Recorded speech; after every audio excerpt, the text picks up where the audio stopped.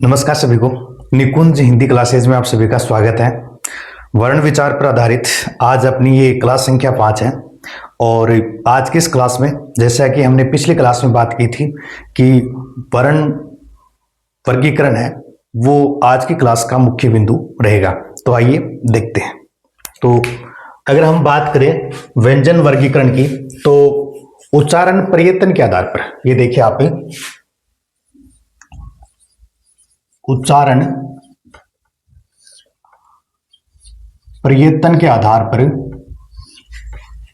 व्यंजनों का वर्गीकरण, व्यंजनों का वर्गीकरण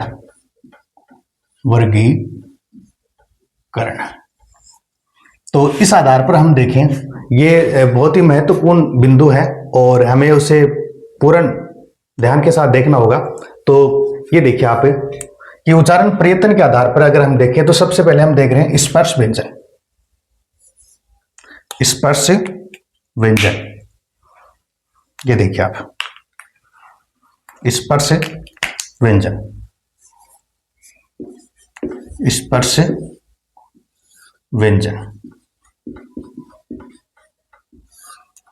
स्पर्श व्यंजन की बात करें तो स्पर्श जो व्यंजन है ये कै से लेकर मैं तक, ये देखिए आप कै से लेकर और मैं तक ये 25 जो व्यंजन है इनको स्पर्श व्यंजन कहा जाता है। 25 जो व्यंजन है इन्हें का क्या कहा जाता है? स्पर्श व्यंजन कहा जाता है। कुछ परिस्थितियों में है ना, क्योंकि जैसा कि हम जानते हैं कि हिंदी है उसमें बहुत सा विरोधाभास है और कुछ परिस्थितियों में ये जो 25 स्पर्श व्यंजन है उनमें से जैसे आप ये देखिए, एक तो आपके ये पंचम वर्ण, पंचम वर्ण जिसमें आप ये देखिए अण अण अण न और मैं, ये जो 5 व्यंजन है और इनके अलावा ये देखिए आप च वर्ग, यानी कि च वर्ग है, ये भी मूलतः ये द्विव स्पर्श व्यंजन कहलाते हैं। द्विव स्पर्श व्यंजन, स्पर्शी व्यंजन। और इनमें च है आपके छ, ज और ये झ। इनके अलावा और आपका कै वर्ग, ये देखिए कै वर्ग, और इसमें भी हम देखेंगे जैसे कि मान लो कै है, ख, ग और घ। ये देखिए आप कुछ परिस्थितियों में ये जो व्यंजन है ये स्पर्श व्यंजन की श्रेणी में नहीं आते। और कैसे नहीं आते हैं? ये हम प्रश्न के जो विकल्प है उनके आधार पर ही हम इनको देख सकते हैं। मुख्यतः अगर ये पूछा जाए कि स्पर्श व्यंजन होते हैं तो स्पर्श व्यंजन कितने होते हैं? 25 होते हैं। ये आपको ध्यान में रखना। फिर अगर हम बात करें कि जैसे ये देखिए स्पर्श व्यंजन नहीं है, स्पर्श व्यंजन नहीं है, ये मान लो कि प्रश्न है, स्पर्श व्यंजन नहीं है। और हमारे पास जो विकल्प दिए हुए हैं वो देखिए आप, जैसे ये है आपके, जैसे कै है, फिर दूसरा जो विकल्प है वो हमारे पास है, और ये देखिए च है, तीसरा जो विकल्प दिया हुआ है ये देखिए पै है, और चौथा जो विकल्प है वो हमारे पास है मैं। सामान्य रूप से देखें तो ये सभी क्या है? स्पर्श व्यंजन है। लेकिन ये जो विकल्प दिए हुए उनके अनुसार हमें ये देखना है कि इनमें स्पर्श व्यंजन नहीं है। तो यहां हमारा उत्तर क्या रहेगा? यहां पर हमारा जो उत्तर है वो, और इन 4 जो विकल्प हैं इनके आधार पर ही हमें देखना होगा। तो यहां हमारा विकल्प क्या हो जाएगा? ये, यानी कि 4 नंबर का जो विकल्प है जिसमें पंचम वर्ण लिखा हुआ है वो क्या है, उत्तर है। और दूसरा प्रश्न वो देखिए, मान लो कि प्रश्न यही है, स्पर्श व्यंजन नहीं है, और इस बार ये जो ऑप्शन है ये चेंज कर दिया गया है ना। और यहां पर ये देखिए आप, जो ऑप्शन नंबर 4 है ये है ट। ये देखिए यहां पर क्या है, ट है। अब हमारा उत्तर क्या होगा, तो ऐसी कंडीशन में जैसे हमने देखा है कि स्पर्श व्यंजन नहीं है, अगर ऐसा प्रश्न आता है तो सबसे पहले हमें वरीयता पंचम वर्ग को देनी है। पंचम जो वर्ण है यानी जो नासिक के जो व्यंजन है उनको स्पर्श व्यंजन की श्रेणी से बाहर करना है। फिर अगर पंचम वर्ण ऑप्शन में नहीं है तो फिर उसके बाद हमें जो च वर्ग है उसकी ओर ध्यान देना है ना। तो और च वर्ग से नहीं है तो फिर हमें क ध्यान देना। यहां हम देखेंगे तो ये देखिए च वर्ग से ये च आ रहा है यहाँ पर, तो यहाँ क्या हो जाएगा, ये हो जाएगा च।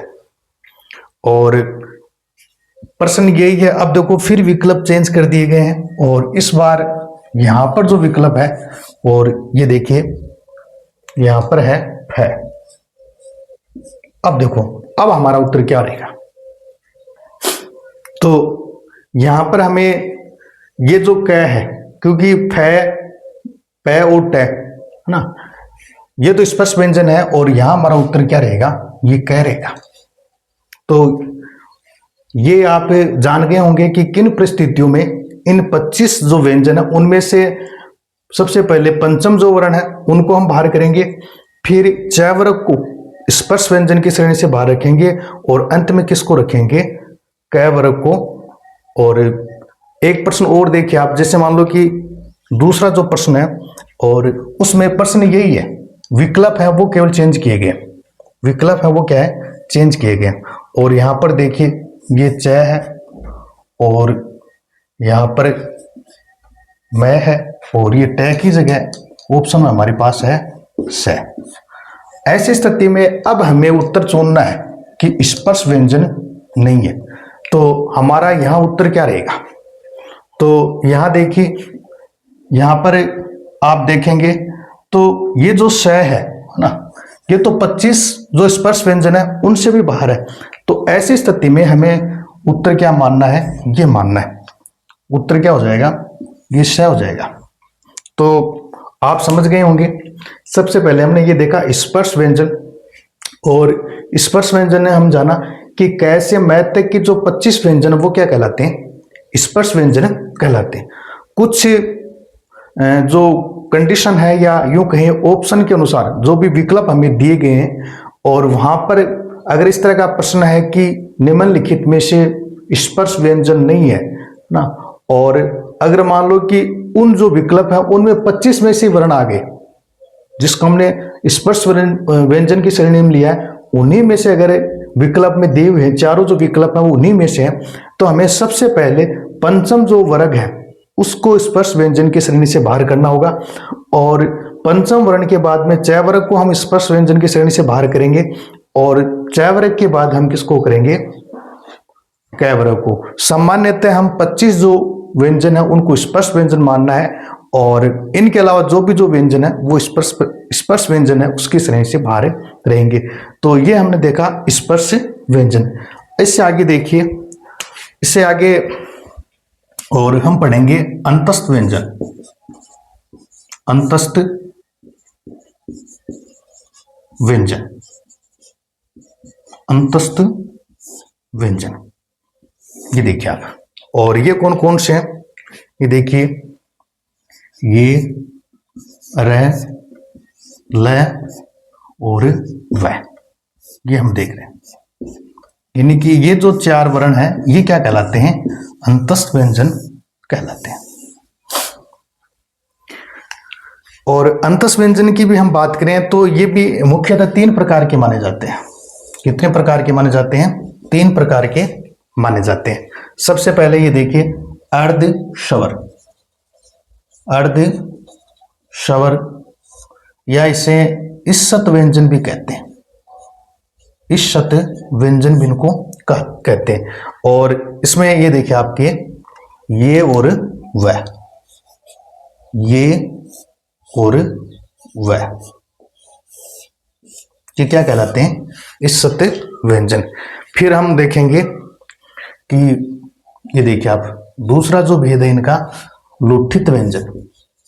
लुठित व्यंजन या इसे प्रकंपित व्यंजन भी कहते हैं। प्रकंपित व्यंजन भी इन्हें कहा जाता है। और प्रकंपित जो व्यंजन है ये देखिए आप, र। फिर तीसरा जो भेद है, अगर हम इसकी बात करें तो ये देखिए आप, पार्श्विक व्यंजन। पार्श्विक व्यंजन, और ये आपके पार्श्विक व्यंजन की श्रेणी में आता है लय। तो इस प्रकार से हमने देखा कि अंतस्थ व्यंजन ये कौन कौन से, सामान्यतः ये पूछा जाए कि निम्नलिखित में से अंतस्थ व्यंजन है, तो आपको ये जो चार है इनमें से देखना है। और ये प्रश्न ये किया गया है कि अंतस्थ व्यंजन नहीं है तो इन चार के अलावा जो भी व्यंजन रहेगा वो अंतस्थ व्यंजन की श्रेणी में नहीं आएगा। फिर अंतस्थ जो व्यंजन है इनकी भी तीन श्रेणियां बनाई गई हैं। सबसे पहले अर्धस्वर या इसे इष्ट व्यंजन कहते हैं, ये और वह। तो अर्धस्वर कहने का मतलब इनका ये कि ये और वह, इनका जो उच्चारण है या उनकी उच्चारण की जो ध्वनियां है वो स्वर की भांति होती है। जैसे कि हम संधि पढ़ेंगे और वहां हम जो अयादि संधि है वहां हम इसको बहुत अच्छे से जानेंगे। तो ये आपको ध्यान में रखना है, ये और वह, इनका उच्चारण स्वर की भांति होने के कारण और ये क्या कहलाते हैं? अर्धस्वर या इष्ट व्यंजन कहलाते हैं। फिर ये जो देखो र है, र इसे लुठित या प्रकंपित व्यंजन कहते हैं। लुठित या प्रकंपित कहने का मतलब ये है कि जब भी हम र का उच्चारण करते हैं तो ध्वनि है वो लुढ़कती हुई सी बाहर आती है। फिर लय जो पार्श्विक है, क्योंकि लय का जब भी हम उच्चारण करते हैं तो ध्वनि है वो जिह्वा के दोनों ओर से बाहर आती है, इसलिए ये क्या कहलाता है? पार्श्विक व्यंजन कहलाता है। इनके अलावा आगे देखेंगे हम, और ये देखिए ऊष्म व्यंजन। ऊष्म व्यंजन ये कौन कौन से हैं ये भी हम जानेंगे। ये देखिए आप, ऊष्म व्यंजन इसकी जो ये देखिए आप, श, श, श और है, ये देखिए आप, ये जो चार व्यंजन है ये क्या कहलाते हैं? ये ऊष्म व्यंजन कहलाते हैं। इनको ऊष्म व्यंजन क्यों कहा जाता है? देखो, जब भी हम इनका उच्चारण करते हैं, श, श और है, जब हम इनका उच्चारण करते हैं तो जो मुख विवर के अवयव हैं या मुख विवर के जो अंग है वो निकट आ जाते हैं। निकट आने के कारण ध्वनि का जो मार्ग है वो क्या, संकीर्ण हो जाता है, और संकीर्ण होने के कारण ध्वनि है वो संघर्ष करती हुई बाहर निकलती है, और ऐसे में उसमें ऊष्मापन आ जाता है। इसीलिए इनको क्या कहा जाता है? ऊष्म व्यंजन कहा जाता है। तो आपको ध्यान रखना है ऊष्म व्यंजन कौन कौन से? श, श, श और है। इनके अलावा हमने पहले वाली क्लास में भी देखा था और वहां हमने चर्चा की थी कि संयुक्त व्यंजन। ये देखिए संयुक्त व्यंजन और संयुक्त व्यंजन है, इनको हमने बहुत अच्छे से जान लिया है कि ये हिंदी में कितने हैं? चार हैं।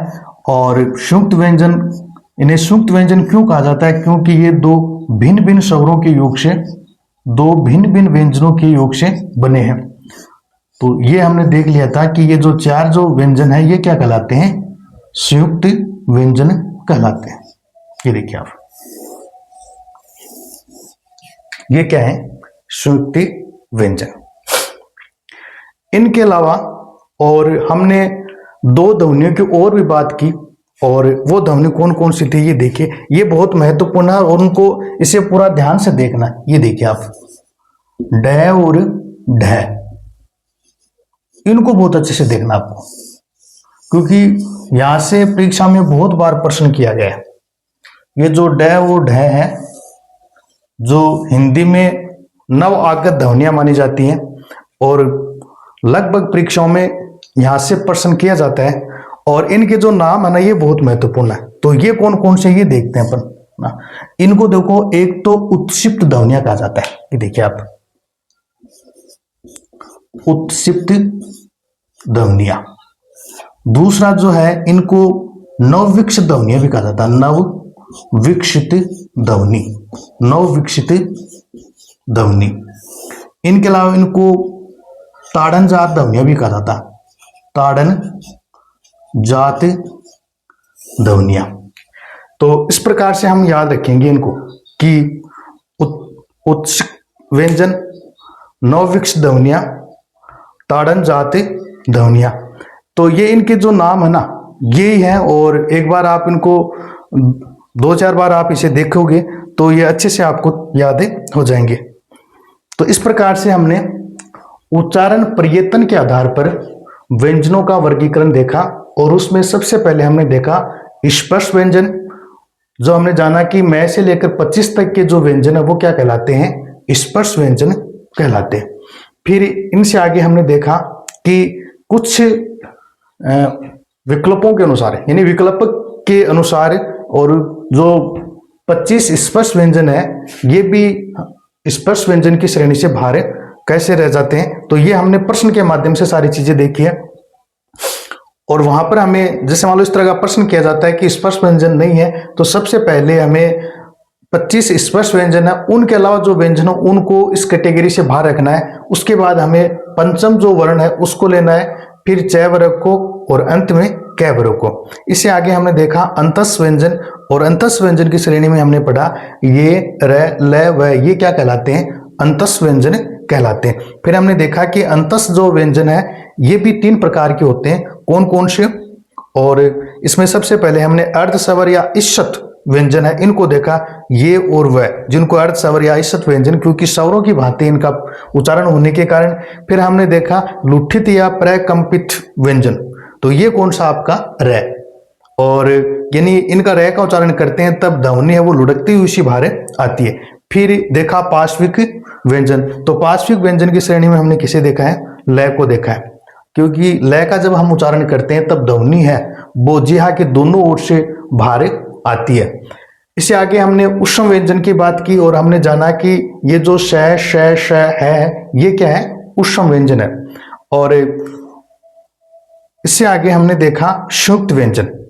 उष्म व्यंजन में हम जाना था कि जब भी हम इन व्यंजनों का उच्चारण करते हैं तो मुख विवर्ग के अंग है वो निकट आने के कारण ध्वनि का जो मार्ग है वो क्या है, संकीर्ण हो जाता है। संकीर्ण होने के कारण ध्वनि को बाहर आने के लिए संघर्ष करना पड़ता है, और ऐसे में ध्वनि में उष्मापन आ जाता है, इसीलिए इनको क्या कहा जाता है, उष्म व्यंजन कहा जाता है। फिर हमने देखा संयुक्त व्यंजन, और ये हमने पहले भी देख लिया था।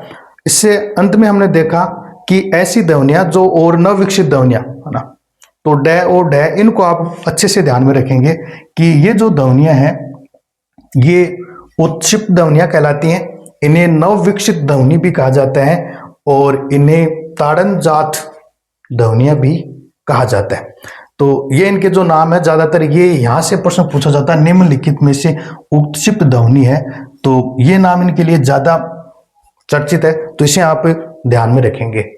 और अब हम उच्चारण प्रयत्न हमने देख लिए, और अब हम वर्ण है उनका वर्गीकरण है वो उच्चारण स्थान के अनुसार देखेंगे, उच्चारण स्थान के अनुसार वर्ण के वर्गीकरण। तो आइए देखते हैं, और ये देखिए उच्चारण स्थान,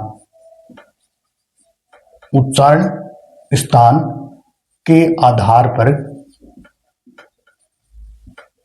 वर्णों का वर्गीकरण।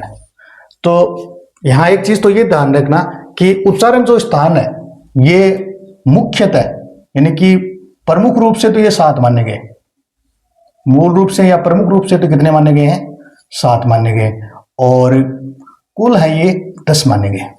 तो ये आपको ध्यान रखना है।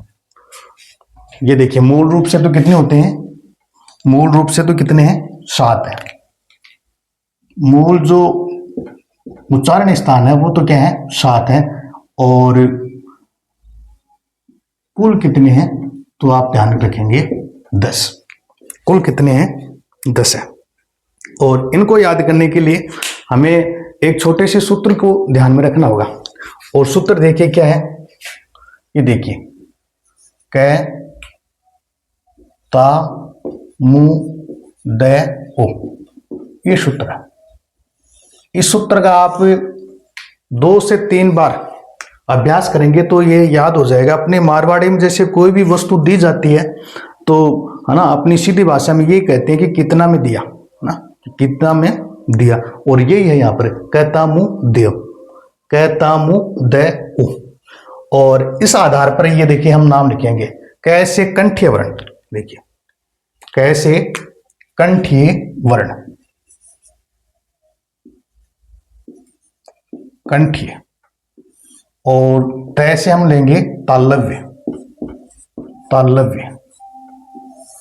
फिर मुंह से मूर्धन्य, मूर्धन्य। द से दंतीय,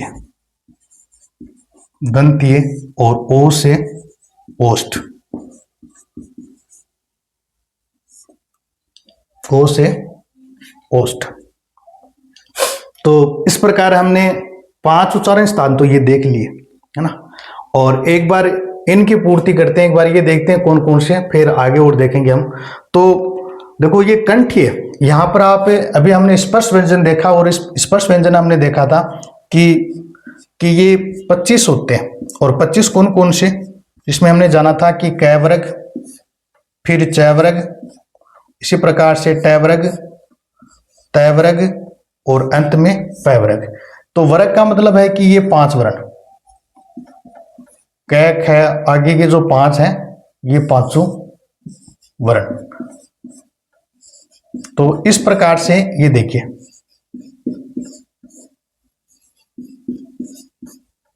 तो ये जो 5 वर्ग यानी कि 25 व्यंजन तो यहां आ गए। हमने देखा है कि जैसे प्रश्न पूछा जाता है कै है तो आपका उत्तर क्या रहेगा, कंठी। इसी प्रकार से चय क्या रहेगा, तालव्य। और तय क्या रहेगा, मूर्धन्य। तय से जितने भी अक्षर वो सारे क्या रहेंगे, दंतीय। इसी प्रकार पै वर्ग का कोई भी अक्षर है तो वो क्या माना जाएगा, ओष्ठ या ओष्ठी माना जाएगा। फिर इससे आगे हमने अंतस व्यंजन देखे थे। क्या देखे थे, अंतस व्यंजन। तो यहां देखिए, अगर अंतस व्यंजन में हमने देखा कि इसमें 4 वर्ण होते हैं, और यहाँ ये जो श्रेणियां ये कितनी हो गई, 5 बन गई। तो ऊपर वाले को छोड़ दो, आप इसे खाली रख दो और यहां से लिख दो ये र ल और वह। तो इस प्रकार से देखो, परीक्षा में हमारा प्रश्न सही हो इसके लिए हमें कुछ चीजें समझनी होंगी और वो यूं रटनी होंगी। तो इस प्रकार से हमने देखा कि ये क्या है, तालव्य, र क्या है, मूर्धन्य है, ल क्या है, दंती है, और वह क्या है, ओष्ठ है। अब इससे आगे हमने उत्सम व्यंजन देखे थे, और उसमें भी कितने हैं, 4 ही वर्ण है। तो यहां देखिए, हमने ये वर्ग छोड़ दिया था यहाँ पर, है ना। तो अब पहला अक्षर, अंतिम जो अक्षर है वो सबसे पहले यहां लिख देंगे, और इससे आगे की जो 3 अक्षर है वो क्रम से लिखेंगे, श, श और श। तो ये देखिए आप, अब हमने जो 33 व्यंजन है उनका वर्गीकरण देख लिया। यहां आप एक बात और भी ध्यान रखिए, मूल रूप से जो व्यंजन है वो 33 ही माने जाते हैं। मूल व्यंजन कितने माने जाते हैं, ये हमने वर्णमाला वर्गीकरण शुरुआत में देख लिया था। फिर भी आप ध्यान में रखने, मूल रूप से व्यंजन कितने माने जाते हैं, 33 ही माने जाते हैं। अब देखिए, अब इनके अलावा अगर हम शवर जो 11 देखे थे उनको अगर यहां स्थान दे, तो सबसे पहले यहां आप रखेंगे ए और आ को, देखिए आप।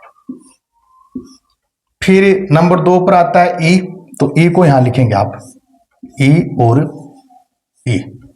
इससे आगे हम देखते हैं तो ऊ और ऊ आता है। ऊ के विषय में हमने जैसे अंतिम वर्गीकरण देखा तो वहां हमने जाना था कि ऊ क्या है, ओष्ठीय व्यंजन है, यानी कि गोलाकार आवृत्ति आती है। तो ऊ को एक बार छोड़िए और यहां पर लिख दीजिए आप ऊ के आगे ये जो री। तो ये देखिए, री क्या आ जाएगा आपके, मूर्धन्य व्यंजन। और यहां आप लिखेंगे ऊ और ऊ, ये देखिए दोबारा समझना इसको। पहले हमने देखे कंठ्य, तालव्य, मूर्धन्य, दंती और ओष्ठ। यहां हमने देखा है कि जो स्पर्श व्यंजन है जिसमें कैवर्ग, चैवर्ग, टैवर्ग, तैवर्ग और पैवर्ग, ये हमने क्रमशः उनको ऐसे कैसे लिख दिए। फिर हमने देखा कि स्पर्श व्यंजन के बाद अंतस व्यंजन आते हैं, तो ये 4 वर्ण है, तो ऊपर वाले को हमने खाली छोड़ दिया और उसको भी हमने क्रमशः यहाँ लिख दिया। फिर अंतस व्यंजन के आगे हमने उत्सव व्यंजन पढ़े थे, और उत्सव व्यंजन में भी 4 ही अक्षर होते हैं, यानी कि 4 ही वर्ण होते हैं। और यहां हमने छोड़ने के कारण सबसे पहले यहां हमने क्या लिखा है लिखा, और फिर श श श नीचे वाले को हमने छोड़ दिया क्योंकि अक्षर हमारे यहीं कंप्लीट हो गए। फिर हमने स्वरों की बात की, तो ये देखिए सबसे पहले ए और आ हमने ऊपर रख दी, और फिर क्रमशः ई और ई, दो अक्षरों का जोड़ा हमने लिया है। यहां करके हमने जो री है वो लिखा है, और ऊ, जैसे कि हमने वर्गीकरण में पढ़ा था कि ये गोलाकार है ना, तो होठों की आकृति के आधार पर हमने देखा था, तो ये ऊ और ये किस में आ जाएंगे, ओष्ठी में आ जाएंगे या ओष्ठ में आ जाएंगे। अब हमारे पास और जो स्वर है उनमें से ये देखिए आपके पास एक तो ये शेष रह गया, ए और आई। इससे आगे देखेंगे तो ओ और औ। इनका उच्चारण स्थान आपको समझना होगा, और समझने के लिए देखिए जैसे हम स्वरों को जब पढ़ रहे थे तब हमने जाना था कि ए का जो निर्माण है वो किससे होता है, ए और ई से होता है। तो यहां हम देखेंगे, देखो ए तो कंठ्य में लिखा हुआ है और ई कहां लिखा हुआ है, तालव्य में, तो इनका उच्चारण स्थान क्या हो जाएगा, कंठ तालु। ये देखिए आप, कंठ तालु, कंठ तालु, तो ये इनका स्थान क्या हो गया, कंठ तालु। फिर ओ, तो ये भी हमने देखा था कि इनका निर्माण है या ओ है, ये भी क्या ए और ऊ के योग से बना है, तो ए कंठ में है तो हम लिख देंगे कंठ, कंठोस्त। ये देखिए आप, कंठोस्त, कंठ और ओष्ठ। इस प्रकार से हमने ये देखिए कितने उच्चारण स्थान देख लिए, देखिए 2 3 4 5 6 7, जो प्रमुख जो उच्चारण स्थान है इनको हमने देख लिया। हमने उच्चारण स्थान के आधार पर और वर्णों का वर्गीकरण हम देख रहे थे, और हमने यहां पर जाना था कि मुख्यतः उच्चारण स्थानों को कितने हैं, 7 है, और कुल कितने हैं, 10 है। तो जो प्रमुख जो उच्चारण स्थान है उनको हमने देख लिया। इनके अलावा और देखेंगे, और ये देखिए आप वर्तस्य व्यंजन जो होते हैं, ये देखिए आप वर्तस्य व्यंजन, और ये आपको ये ध्यान में रखना होगा। और ये देखिए नरलस, न, र, ल और व, ये आपको ध्यान में रखना होगा। ये क्या कहलाते हैं, वर्तस्य व्यंजन कहलाते हैं। और इनमें भी अगर हम देखें तो जो वह है ये क्या है, ये दंतोष्ठ है, वह को आप अलग से याद रखें। वह है ये क्या है, ये मुख्यतः दंतोष्ठ है, मुख्यतः वह क्या है, दंतोष्ठ है, दंतोष्ठ, ये आपको ध्यान में रखना होगा। वह मुख्यतः क्या है, दंतोष्ठ है। और इनके अलावा अन्य और अगर हम देखें तो ये देखिए आप, हमने वह के बारे में जान लिया, ये मुख्य रूप से क्या है, दंतोष्ठ है। और इनके अलावा ये देखो अपना जो पै वर्ग है ये द्विओष्ठीय वर्ण कहलाते हैं, द्विओष्ठीय, द्विओष्ठीय व्यंजन, ये कौन से हैं, पै वर्ग, यानी कि पै जो वर्ग है, पै वर्ग, इनका जब हम उच्चारण करते हैं तब दोनों होठ का योग होने के कारण इनको क्या कहा जाता है, द्विओष्ठीय वर्ण कहा जाता है। तो इस प्रकार से हमने उच्चारण स्थान के आधार पर और व्यंजनों का वर्गीकरण देखा है, और ये वर्गीकरण हमने एक छोटे से सूत्र के सहारे याद किया, और सूत्र जो हमने लिखा है कैतामुदयो, और कैतामुदयो के आधार पर हमने ये उच्चारण स्थान बनाए हैं। और अब क्लास के अंत में और हम एक प्रश्न और देखेंगे, और ये देखिए प्रश्न है, निम्न में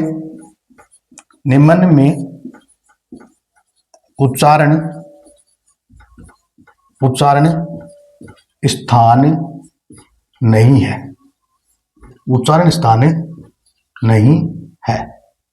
और आपके पास जो विकल्प हैं वो इस प्रकार से, ये देखिए कंठीय, ऑप्शन ख जो दे रखा है ये है दंतीय, और ग जो ऑप्शन है ये है दंतोष्ठ, और ऑप्शन ग है ये है जीवा। इनमें से एक जो उच्चारण स्थान नहीं है वो आपको बताना है, और उच्चारण स्थान कौन सा है या कौन सा नहीं है, इस प्रश्न का उत्तर आपको कमेंट के माध्यम से देना है। आज की क्लास के लिए इतना ही, मिलते हैं अगली क्लास में, तब तक के लिए धन्यवाद।